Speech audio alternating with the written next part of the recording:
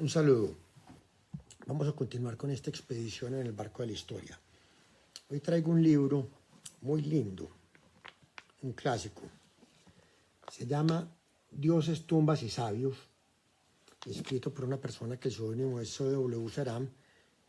Era el seudónimo de una persona, un soldado de la Segunda Guerra Mundial, aficionado a la arqueología, y durante el cautiverio decidió escribir este libro dando cuenta del apasionante mundo de la arqueología.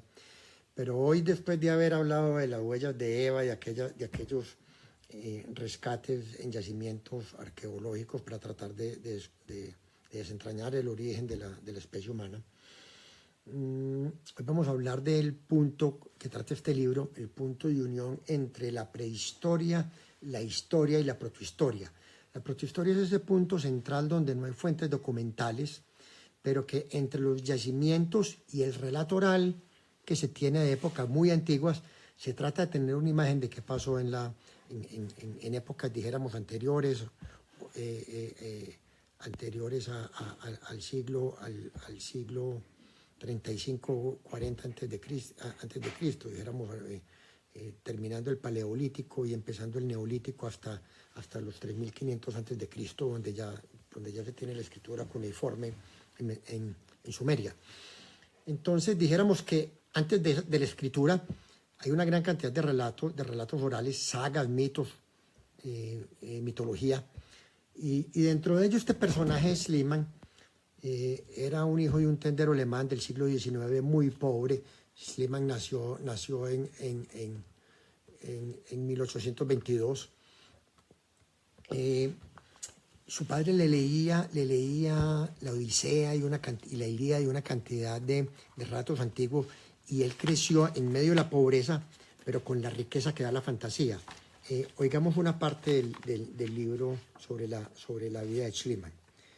Dice: el padre explicaba al niño muchos cuentos y leyendas. Le contaba también, cual viejo humanista, la lucha de los héroes de Homero, de Paris y Helena, de Aquiles y de Héctor, de la fuerte Troya, incendiada y destruida. En la Navidad del año 1829, tenía 7 años, le regaló la Historia Universal Ilustrada, de Gerrers, donde había una lámina en la que se veía a Eneas llevando a su hijo de la mano y a su anciano padre en la espalda, mientras subía del castillo ardiendo. El niño contemplaba aquella lámina y observaba los recios muros y la gigantesca puerta Escea. ¿Así era Troya? El padre asentía con la cabeza. ¿Y todo esto se ha destruido completamente y nadie sabe dónde está emplazada? Cierto, contestaba el padre. No lo creo, contestaba el niño. Cuando sea mayor, yo hallaré Troya y encontraré el tesoro del rey. El papá se reía. Bueno, total, el destino de Schliemann fue muy particular. Su madre murió cuando él tenía 9 años en un parto. Perdón, en el parto del noveno hijo, y el padre lo repartió con los tíos, y él trabajaba en tiendas en oficios miserables. Un poco ya más grande adolescente, se embarcó para Venezuela, pero el barco naufragó y quedó atrapado, dijéramos, o rescatado en Holanda. Entonces allí empezó a trabajar como dependiente en casas comerciales y tuvo una cosa muy particular. Se dedicó a aprender idiomas, inglés, francés, lo mandaron a Rusia, aprendió rusa. Se volvió un políglota completo, tanto que existe el método Schliemann para aprender idiomas, ¿cierto? Más de 8 idiomas dominaba, incluyendo el griego antiguo posteriormente. Finalmente, lo mandaron a Rusia, empezó a comerciar con polvo de oro, montó un banco, se volvió millonario, un hombre bastante rico. Entonces, ya cuando era muy rico, escribe Schliemann lo siguiente: el cielo había bendecido de modo milagroso mis empresas comerciales, de modo que a finales del año 1863 poseía una fortuna que ni mi ambición más exagerada hubiera podido soñar.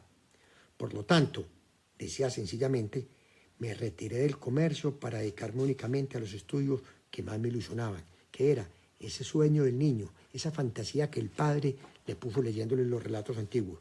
Total, se fue para Grecia. Allá en Ítaca, la isla de Ulises, de Odiseo, se encontró con un herrero, que su esposa se llamaba Penélope y sus hijos Ulises y Telémaco. Parece inverosímil, pero aquello sucedió así. En la plaza del pueblo estaba sentado una noche aquel extranjero, rico y extraño, que leía a los descendientes de los que habían muerto hacía 3000 años, el canto 23 de la Odisea. Venció la emoción y lloró, y con él lloraron los presentes, hombres y mujeres. Total, se embarcó para Troya, con ayuda del cónsul inglés allá en Dardanelos, excavó, descubrió 7 ciudades iniciales, 7 estadios diferentes, después otras 2, pero no encontré tesoros arqueológicos, pero no encontraba el gran tesoro de Príamo. Voy a leer una partecita emocionante. Empezó a dirigir su mirada a otras tareas. Señaló la fecha del 15 de junio de 1873 como penúltimo día para las excavaciones. Y luego, un día antes de dar el último golpe de pico, halló lo que coronaría su trabajo con legítimo brillo dorado, inundando el mundo de admiración. El suceso fue en extremo dramático, tanto que uno hoy en día hace asomar la incredulidad a cuantos leen tal descubrimiento. Eran las primeras horas de un día caluroso. Liman, como de costumbre, inspeccionaba con su esposa las excavaciones, convencido de que ya no llevaría nada importante. Mas a pesar de todo, siguió los trabajos llenos de atención.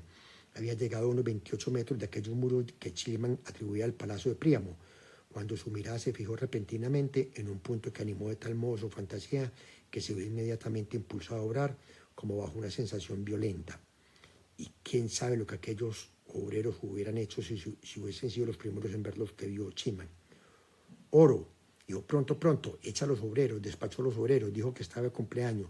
Total, descubrió el tesoro de Príamo, resucitó a Homero, le dio validez al relato de Troya, se juntaron la prehistoria en sus excavaciones, la historia, la literatura, la fantasía, todo porque un padre sembró la fantasía, sembró los sueños en el corazón de un niño. Muchas gracias.